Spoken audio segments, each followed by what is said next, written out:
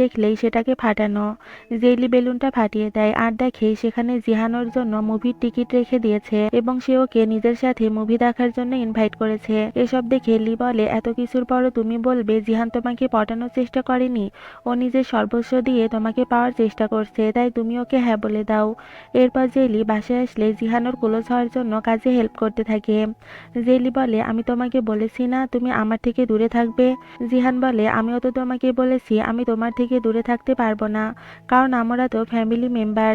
জেইলি ওকে harass করার জন্য বলে, আমার হাতের উপর হাত রাখো। আর জিহান হাত রাখতেই জেইলি ওর হাত নিজের গলায় রাখে এবং মিস্টার ড্যাংকে বলে, আমাকে বাঁচান, জিহান আমাকে হ্যারেস করছে। এটা দেখে মিস্টার ড্যাং ওকে মারার জন্য তাড়া করে। এতে তো জেইলি অনেক মজা পায়।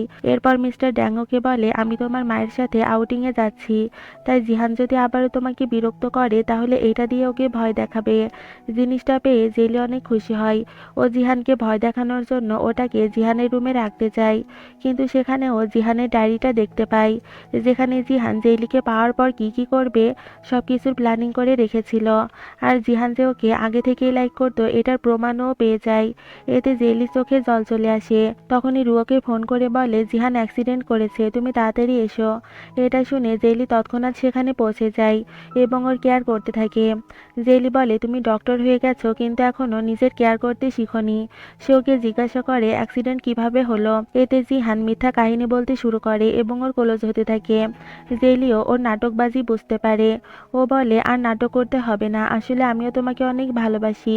তুমি যখন আমাকে প্রথমবার প্রপোজ করলে তখন আমি ভেবেছিলাম হয়তো আমি ভুল শুনেছি, কিন্তু যখন দ্বিতীয়বার প্রপোজ করলে তখনও ভাবলাম হয়তো ভুল শুনেছি, কিন্তু যখন তৃতীয়বার সবকিছু নিজের চোখে দেখলাম তখন আর আমি তোমার ভালোবাসাকে অস্বীকার করতে পারলাম না।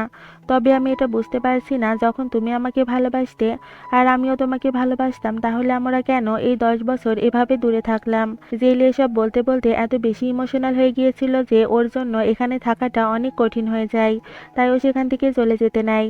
জিহান তখন পিছন থেকে ওকে হাগ করে এবং বারবার ওকে সরি বলতে থাকে। জিহান ওকে এত সুইটলি রিকোয়েস্ট করে যে জেইলি আর না বলতে পারে না। জেইলি বলে, তোমার সাথে আমি কেন সম্পর্কে আসবো, কিছু রিজন দাও। জিহান তখন ওকে সুইট সুইট রিজন দিতে থাকে যে আমি সারা জীবন তোমার সাথে কাটাতে চাই, তোমার সাথে অনেক কথা শেয়ার করার আছে। জেইলি ওকে না করতে পারে না এবং বলে, আমি লিখে বলেছিলাম তোমার সাথে যদি আমার সম্পর্কটা হয়ে যায় তাহলে আমি ওকে 8,808 টাকা ট্রান্সফার করে দিব। এটা শুনতেই জিহান লিকে 8,808 টাকা ট্রান্সফার করে দেয়, যেটা দেখে লিও বুঝতে পারে ওরা দুজন রিলেশনশিপে চলে এসেছে। বাসায় কেউ না থাকায় ওদের একসাথে থাকাটা অনেক সহজ ছিল, কিন্তু হঠাৎই সকালে ওদের বাবা মা চলে আসে, কারণ জেইলির মম আইডি কার্ড নিতে ভুলে গিয়েছিল। জিহান কোনো রকমে জেইলিকে লুকিয়ে দেয়, আর ওদের বাবা মা চলে গেলে জিহান বলে, আমি এভাবে আমাদের সম্পর্কটা লুকাতে চাই না। জেইলি বলে, মম ড্যাড এখন জানতে পারলে তারা অবাক হয়ে যাবে, তাই তাদের বিয়ের পরই আমরা এটা জানাবো। রাতে জিহান তো জেইলির রুম থেকে যেতেই চাচ্ছিল না। জেইলি ওকে জোর করে যেতে বললে জিহান বলে, আমাকে একটা কিস করো, আমি চলে যাচ্ছি। তখন জেইলি ওকে কিস করে, কিন্তু জিহানের কিসটা পছন্দ না হয় সে নিজে ওকে কিস করতে শুরু করে আর ওকে উঠিয়ে রুমে নিয়ে যায়। আর এরপর ওরা ওদের রিলেশনশিপের প্রথম নাইট স্পেন্ড করে। কিন্তু সকালে জেইলির মম চলে আসে। জেইলি জিহানকে লুকানোর জন্য পা দিয়ে লাথি মারে। তোর মম আসলে জেইলি মাথা ব্যথার বাহানা করে বলে, প্লিজ আমার জন্য ব্রেকফাস্ট বানিয়ে দাও। ওর মম ব্রেকফাস্ট বানাতে গেলে জেইলি এসে জিহানকে সরি বলে। জিহান তো সেখান থেকে যেতে চাইছিল না, কিন্তু জেইলি বলে তাই ওকে যেতেই হয়। এদিকে লি জানতে পারে ও প্রেগনেন্ট। এটা দেখে ও খুবই চিন্তায় পড়ে যায় আর জেইলিকে বলে, আমি এখনো নিজের ক্যারিয়ারে সফল হতে পারলাম না, আর আমি কিভাবে এখন বাচ্চা পালন করব, আমি কি একজন ভালো মা হতে পারবো? জেইলি ওকে সাহস দিয়ে বলে, কিছুই হবে না, তুমি রুকে এটা জানাও, ও খুবই খুশি হয়ে যাবে। জেইলি লিয়ের জন্য একটা প্যারেন্টিং বুক কিনে, যেটা দেখে ওর মম বলে, তুমি প্রেগনেন্ট? কে তোমার বয়ফ্রেন্ড বলো, সে যেই হোক না কেন আমি তাকে মেনে নিব। এটা শুনে জিহান মনে মনে বলতে থাকে, ছেলেটা তো তোমাদের সামনেই বসে আছে। জেইলি বলে, আসলে আমি প্রেগনেন্ট নই, লি প্রেগনেন্ট। এতে ওর মম বলে, স্কুল লাইফে একবার রিজেক্ট হওয়ার পর তুমি কি আর কাউকে ভালোবাসো? ভালোবাসবে না? এটা শুনে মিস্টার ড্যাং বলে, কে জেইলিকে রিজেক্ট করেছে? সেই ছেলেটা খুবই আনলাকি। এটা শুনে জিহান মনে মনে বলতে থাকে, হ্যাঁ বাবা, আনলাকি তো ছিলাম, কিন্তু এখন লাকি হয়ে গেছি। এ কথা ভাবতে ভাবতে জিহান জেইলির কাপে পানি খায়। এটা দেখে জেইলি ওর সাথে ঝগড়া করতে শুরু করে এবং বলে, তুমি আমার কাপে কেন পানি খেলে? আমি আর এই কাপটা ইউজই করব না। জিহান বলে, এটা তো এখন আমার দখলে, কাপটা ফিরে পেলে তো তুমি ইউজ করবে। তুমি তো আমাকে ভয় পাও। জেইলি বলে, তুমি কি বললে? জিহান বলে, ভয় যদি না পাও তাহলে আমার পিছে পিছে আমার রুমে এসে দেখাও। এটা বলে ও চলে যায় আর জেইলির মমকে ঝগড়া করতে নিষেধ করে।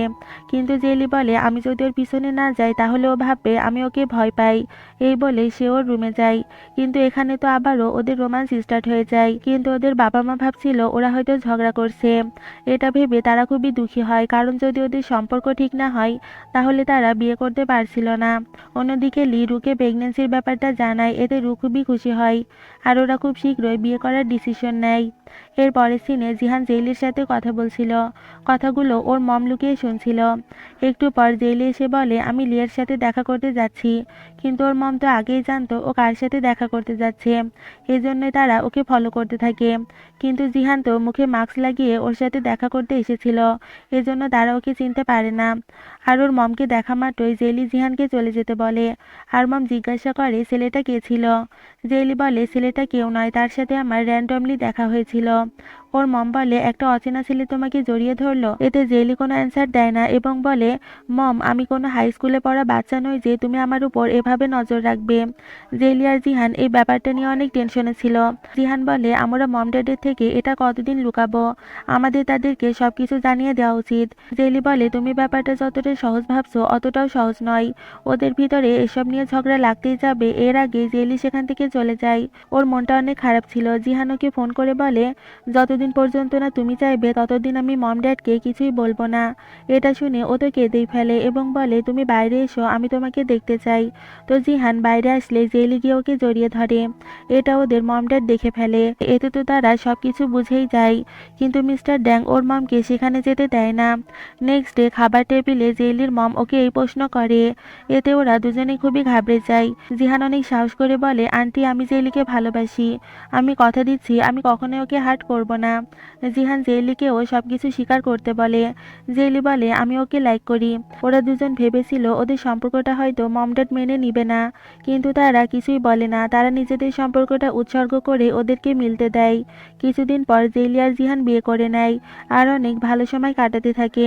আর এই ড্রামাটা এখানেই শেষ হয়ে যায়। তো ফ্রেন্ডস, কেমন লাগলো ড্রামাটি অবশ্যই কমেন্টে জানাবে। দেখা হবে নতুন কোনো ড্রামা নিয়ে।